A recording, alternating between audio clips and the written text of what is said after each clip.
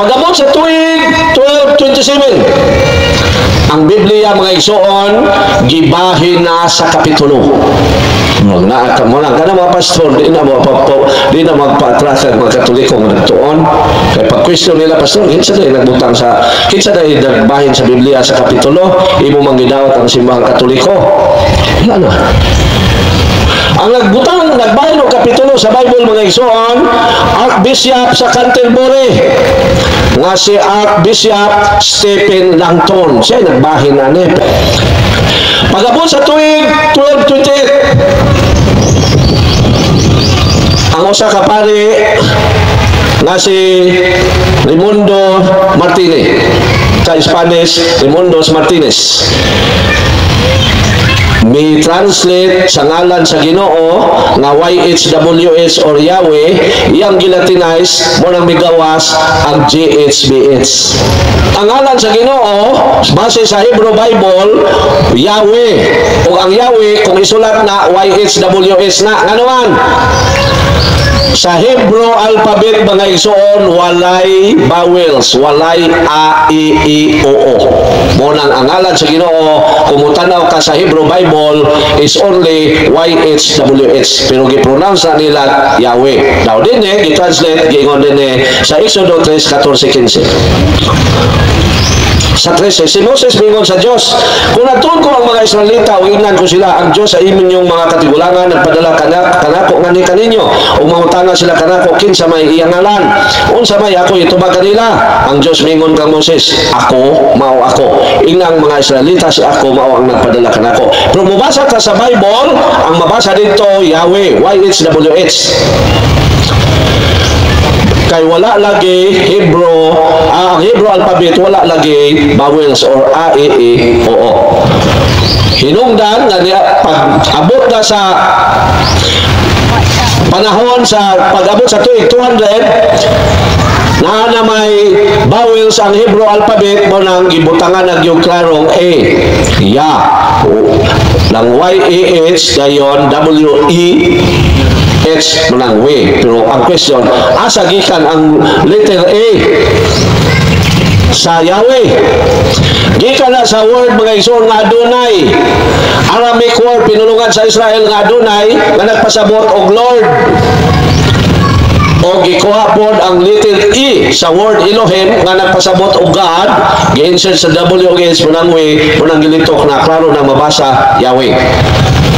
Pagdagan sa mga tuigan, balik ta 1528, ang YHWH gilatinize ni Raimundo Martinez o migawas dito ang JHBH. Sa Latin, ang Y, J. Ang H is lang yapon, ang W, V.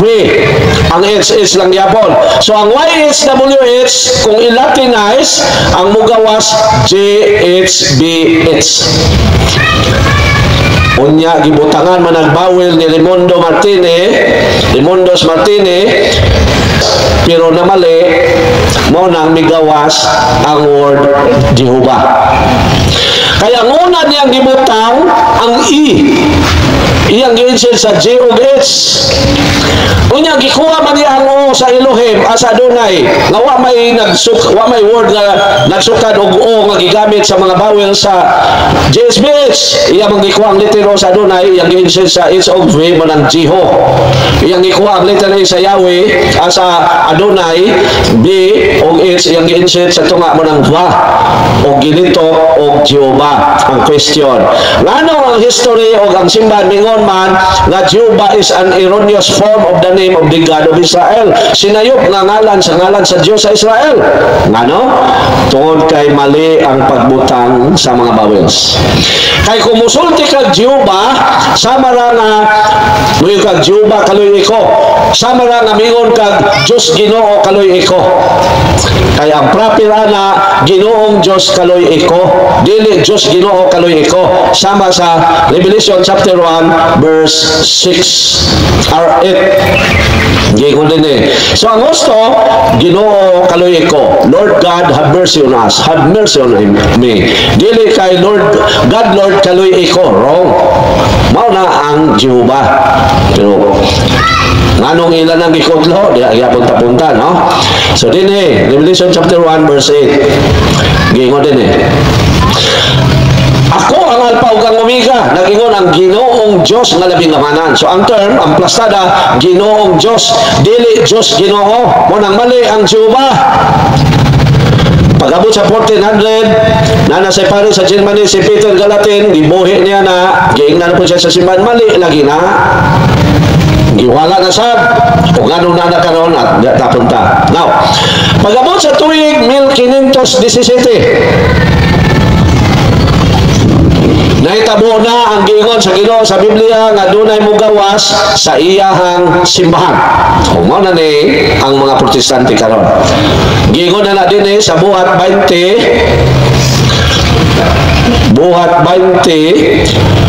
26, I'm sorry 2030, gingon din may pipilaw niya ka mga tao diya sa inyong pundok nga manudlog bakak aron pagdali sa mga magtotoo sa pagsunod kanila. Pero na ako'y nalimtan, akong balikan ang nalimtan na natong tuig 325 human hataga kagawasan ng katawhan o Christian religion sa pagpanglutos. Nakahimo na sila unang konsilyo dito sa Nisya, part sa Turkey. Ang Nisya ni Kaya part na sa Turkey, nasod Turkey. Nakahimo na sila council o dito sa mga konsilyo giklaro na sa mga Christians ang timaan sa ilang simbahan o ang timaan sa Christian religion nga sa Latin et unam sanctam catholicam et apostolicam ecclesia. Sa English, the one holy Catholic and Apostolic Church. Muna itong girecite during sa Mass. Unsa na tuig gi-deklara sa simbahan? Tuig 325. Ilaliman kapit dugaya na. Balik ta. Pag-abot sa tuig 1517 o sa 1517 ka tuig, nahitabo ning giingon din ni San Pablo. Giingon din ako basahon buhat 2030. May pipilaw niya ka mga tao diya sa inyong bundok nga manudlog bakak aron pagdali sa mga magtotoo sa pagsunod kanila. May pipilaw niya ka mga tao diya sa inyong bundok nga manudlog bakak. Ug mao na si Martin Luther, pare sa Germany. Mihawa siya sa simbahan Katoliko kay may propose siya sa Santo Papa nga magminyo na lang may mga pare po. Pero ang Santo Papa wa man mosugot. Ngano yang iduso nga magminyo mga pare kay si Martin Luther wala makapuyo sa kinabuhing putli kay nalipat siya sa paa nga puti. Kinig yung paa nga puti mo gini makapiti sa mga pare. Murang iampo ginato ng mga pare mga isuon. Kay paa nga puti radyoy makapildi nila. Wa gila number 1 gina. Taksaran ng pare mapildi sa katungdanan o kwarta. Kasagarang makapildi sa pare. Kana yung paa nga puti. Delikado yung paa nga puti. Nadala si Martin Luther. Mihangyo siya may apila siya sa pop magminyo na lang may mga pare kay matintal magyapon ni sa paa nga puti. Waman mo sugot ang Santo Papa, mihawa siya unya nagtukod siya giyang grupo giinganlan niya og Lutheran Church. It was 1517. Pag-abot sa tuig 1521, mga dagko lang ni nga sikta nanasay Katoliko nga mihawa misunod ni Martin Luther nga mao si Nicholas Stock.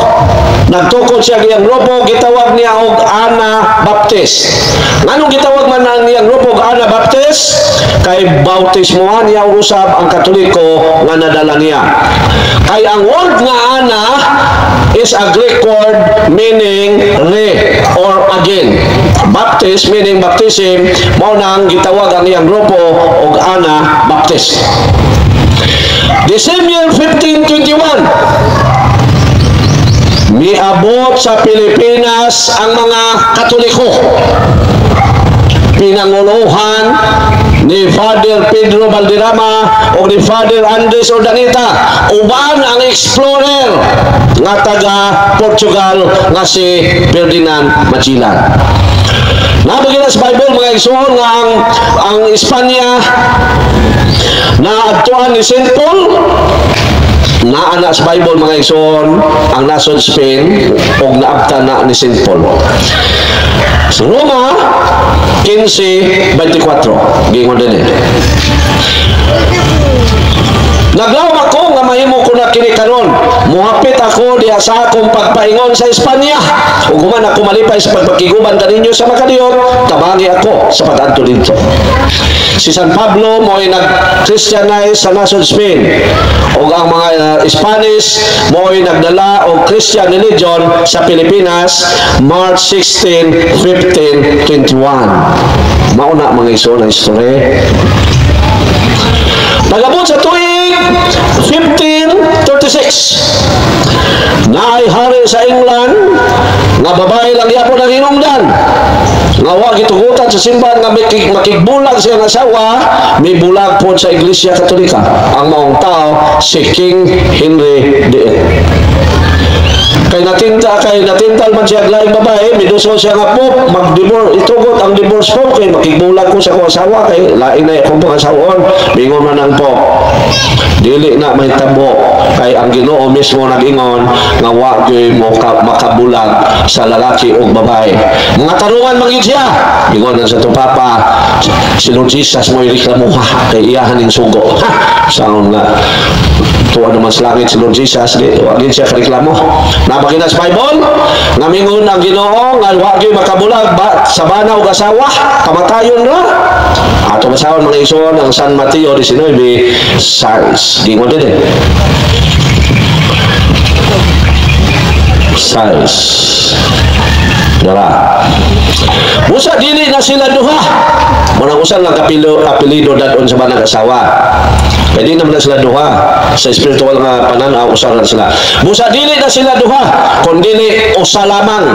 Tungod nini, kinahanglan na dili bulagon sa tao ang gihiusa sa Dios. So, man mo sugot ang Santo Papa sa hangyo sa hari nga si King Henry VIII, bihawa siya Katoliko. O nagtukod siya grupo, gihinganlan niya og Anglican Church. Iyang gideklarar sa iyang nasod nga this is our official church, Church of England. This is our Church of England, Anglican Church. O dito, nanudlo na po siya og lahi nga pagtulunan. Pagabot sa 1560, 1560, nana sa pare mihawa sa Iglesia Katolika ug ang maong pare mao si Janox ug ang iyang grupo gitawag niya og Presbyterian Church. Kadungog na mo ana dinhi. Nana sa Panabo, miabot na sa Panabo. Nana sa likod sa Ribera, bago pa na sila miabot mga 10 years ago pa, no? Kung ako masayo. Ang ilang grupo, tinukod na dito sa England, pinaagi ni Janox, 1560. Pag-abot sa 1609, nanasay tao dito sa England gyapon. Nagtukod og grupo ug iyang gihinganlan og Baptist. Ang maong tao mao si John Smith, 1609. Pagabot sa 1611, namatay ang hari, ang founder nga si King Henry VIII, nipuli ang iyang anak nga si King James. Dini mga igsoon, makabalo na mo nganong gitawag ng Biblia nga gigamit sa mga dili Katoliko o King James Version. 1611, mimando si King James nga nahimong pangulo sila bundok since anak man siya sa iyang amahan nga founder. Mimando siya nga maghubad og ilang kaugalingong English na hubad sa Biblia. Og since siya man ang nagsugo, gihinganlan niya og King James Version. Mao nang dunay King James Version. Kung tana mo sa dili Katoliko, di ba King James Version gamit? Now, ang King James Version dunay 73 ka mga libro. Kay ang Ang Genesis mga igsoon usa na ka libro, ang Exodo usa na ka libro, hangtod sa Revelation usa po ni ka libro. Mo na ang Bible gitawag ni siya og book o books or mini library, kay libro man sa mga libro. Usa din siya ka libro pero ang sulod niya daghang mga libro, mo nang book o books. Now, King James Version mga igsoon 73 books na. Kay translation lang lagi na sa Bible sa Katoliko. Now, nganong nahimo mo ng 66 books? Diya ta punta, explain yun ako ninyo mga ison. Tuig 1739, mitunga sa Amerika ang pondok nga gitawag og Methodist. Ang founder mao si John Wesley. Pagtabo sa tuig 1820, natukod sa Utah, USA ang bundok nga grabing nagsuroy-suroy sa mga balay sa Katoliko nga magniktay, ang Mormons. Natukod na 1820 dito sa Utah, USA, ang founder ana si Joseph Smith. O mga igsoon, sorry kung na-Mormons din niya, pero dili pa ko nila mablame kay history based manita. Ang asawa ni Joseph Smith na founder sa Mormons, 50 ka babae. Lalimang ka 50 ka buong asawa. 27 ang dalaga, 23 ang dunay bana. Isulti ko na yung bisag asa, kaya naman sa istorya. Mao na ang founder sa Mormons. Dedikado ang Mormons sa una kay ang mga bana may voluntaryo nga muhatag sa ilang asawa ni Joseph Smith. Manang kamong mga asawa ay gyud mong sugot nga mag-Mormon sa inyong bana kay ihatag gyud mo dito. Mao na mga sa istorya, ang bana mo mismo nga mo donate sa iyang asawa kay propeta man ala nila si Joseph Smith. Now, pag-abot sa tuig 1827, ang King James Version na 73 books gikuhaan na nilag 7. 73 minus 7 pilay answer. 66 books. Mao na nga ang libro Biblia sa mga dili Katoliko sa 66 na lang ka libro kay niadtong 1827 ilang gikuhaan ang libro sa Biblia og 7. Kung doon ay dili Katolik, pwede mo mga tana, no? Ikuha nilang 7 na itong 1827. Munang ang ilang Biblia sa 66 na lang kalibro. Na sila kriteria nga gibasihan, pero mali gihapon. Ang ilang gisundog mga igsoon, kani tagaan ko na pagdagan. Ang ilang gisundog mga igsoon mo si bin Joseph Akiba. Kinsa man si bin Joseph Akiba? Pangulo sa mga Hudiyo niya itong tuig 90. Pero ang mga Hudiyo nga nag-una niya, ang ilang Old Testament 46 books. Ug ang New Testament panahon na sa Christian religion 27 books man, so 46 minus 20, plus 27 equals 73 books. Mauna mga igsoon. Pag-abot ni Rabbi Akiba bin Joseph Akiba nga nailan og Rabbi Akiba, Rabbi meaning teacher, iyang gitanggal ang 7 ka libro sa Deuterocanon sa Septuagint version. Labi yung tag-Bible pa itong topic, no? Kaya ito elaborate itong todo, pero di man itong chasman. Pero ako lang yan po nagyan. So, iyang gitanggal ang 7 ka libro. Munang ang libro sa mga Hudiyo karon 39 books lang. Kay 46 minus 7 equals 39. 39 plus 27 equals 66. Mo na mga igsoon. Now, pag-abot sa tuig 1830, mihawa sa Pundok Baptist si William Miller. Kay sumala niya sa iyang pagbasa-basa sa Biblia, mingon siya, oy, Sabado man ay sisimba sa mga Christian. Mo nang mihawa siya sa Baptist, nagtukod siya grupo, gitawag niya Adventist, pero dili pa lang sa Badista karon ha, iya pa lang sako. Mihawa siya, tukod siya grupo, gitawag niya Adventist. It was 1830.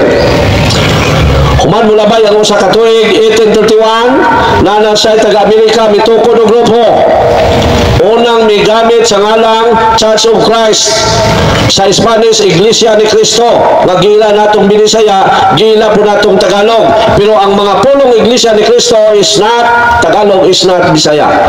Nagtagna man si William Miller nga mubalik ang Ginoo 1844. Munang nagtigom sila sa plaza sa Amerika, more or less 100,000 katao. Nagulat nga mutugpa ang Ginoo, wa man mutugpa ang Ginoo, nabungkag ang ilang grupo.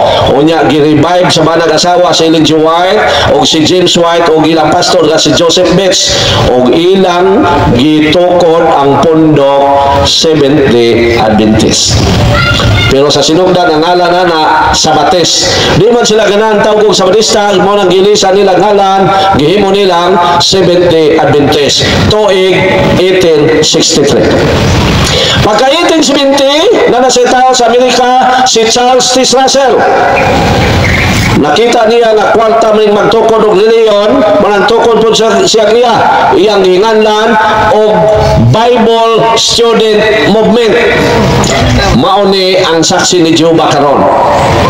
Nganong naghisgot ko og reliyon nga nakita niya nga gwapo nga negosyo ang reliyon, kay nana sa Bible mga igsoon na ang reliyon gigamit sa pagpadato. 1 Timoteo 6:5. Ug walay huno nga panaglali sa mga tao nga dili makasabot, ug wala na magbaton sa kamaturan, naghuna-huna sila nga ang relihiyon o sa kapaagi sa pagpadato negosyo. Munang tukod si Charles T. Russell datong 1870 sa sinugdan gitawag niya Bible Student Movement. Remember, always take note mo sa word student ha, kay nanay point niya. Ilahas sa itong sundan. Pag-abot sa tuig 1914, ang ilang pundok gilisag ngalan, gihimo na nilang IBSA, International Bible Student, nagyapong Student Association. Ano man? Muabot naman sila laing nasod. So, International Bible Student Association. Ilahagya po itong sundan. Pag-abot sa tuig 1931, namatay ang ilang founder. Mipuli ang judge sa Amerika si Franklin Rutherford. Iyang yusap ang ngalan, gihimo na niyang Jehovah's Witnesses. Mo na ang Jehovah's Witnesses, remember mga isong dili na sila mulintok o manimba na ka mga anak. Mga anak, pag-ilis mo kay manimba na ta. Unsa ilang nilitok? Mga anak, pag-ilis na mo kay mag-study na ta. Kay ang ila di ay origin is student. Unang ang mga saksi sa joke-joke lang, tiguang na, pero estudyante pa. Eh sige, mag-study. Joke lang. Pag-abot sa, balik na, pag-abot sa tuig 1888, namugna na siya sa Amerika ang pundok ng Christian Missionary Alliance na tinukod ni Albert Benjamin Simpson. Pag-abot sa 1896, dirino, Christian Missionary Alliance. Pag-abot sa 1898, 97 to 98, namugna na siya ni Thomas Breze ang pundok na gitawag o Church of Nazareth. Pag-abot sa tuig 1900, namugna na sa Amerika ang pundok nga ngalan United Pentecostal Church na tinukod ni Charles Fox Parham. Pag-abot sa tuig 1902,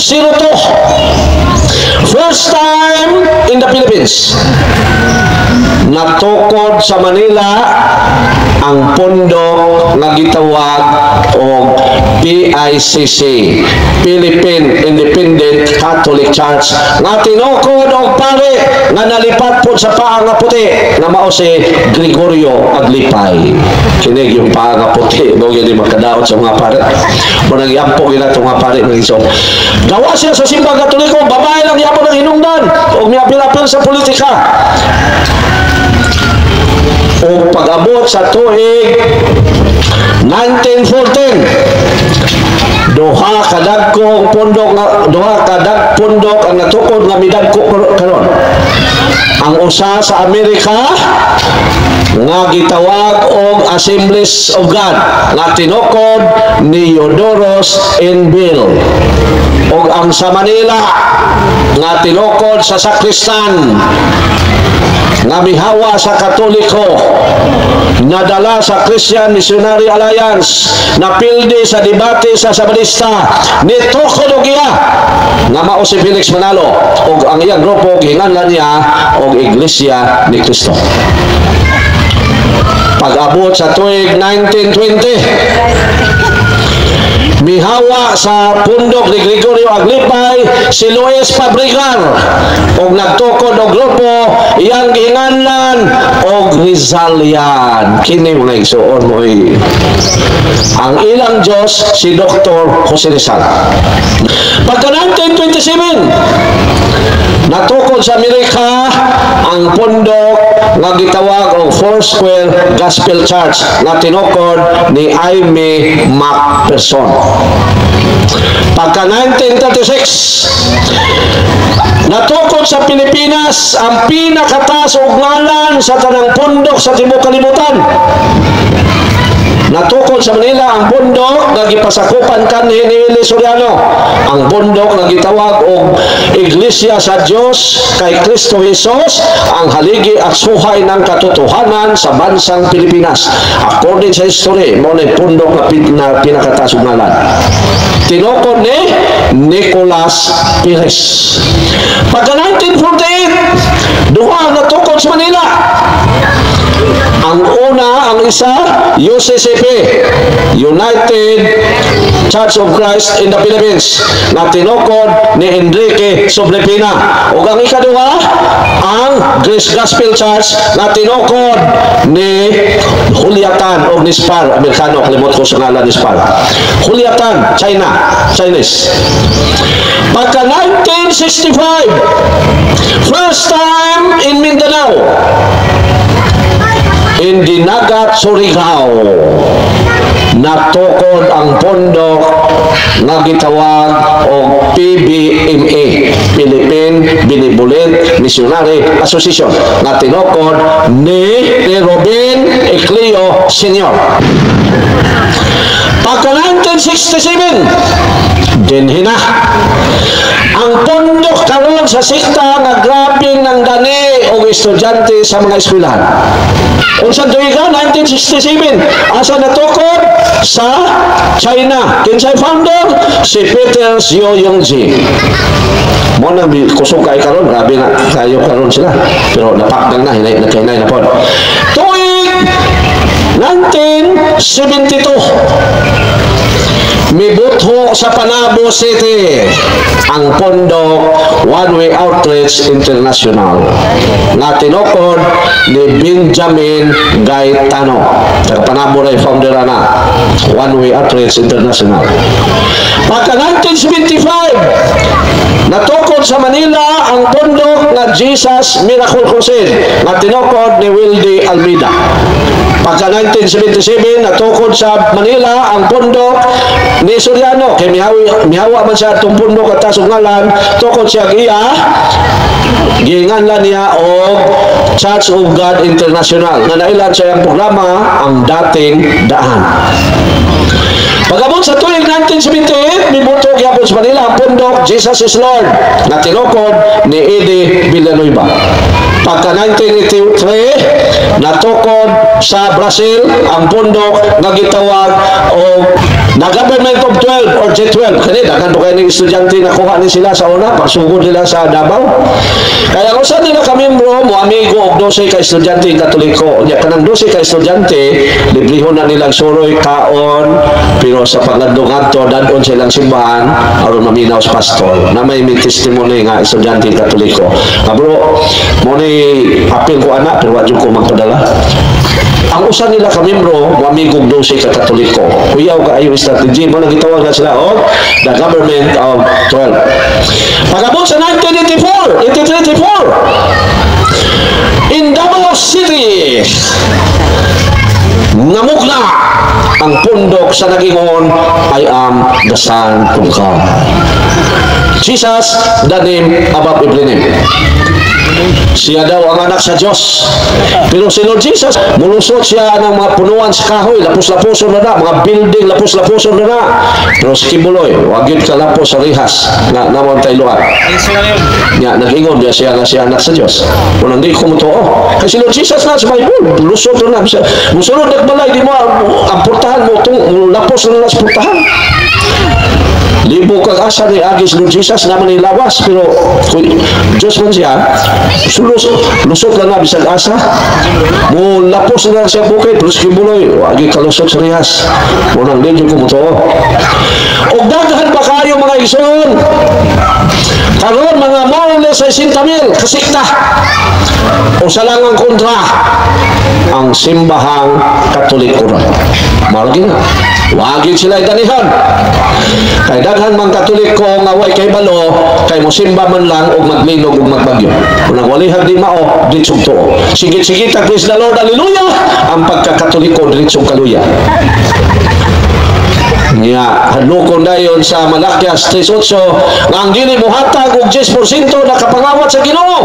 Ingnon dayon, nadil may pay mangawat kasi mo silingan, ayaw lang ng Ginoo. Kay dako kay ng sala. Mo nang hatag dayon ng Katoliko mo nay bawal. Pagsingit og praise the Lord, hallelujah! Puno ten pitaka, habwa den kwarta, himpas na.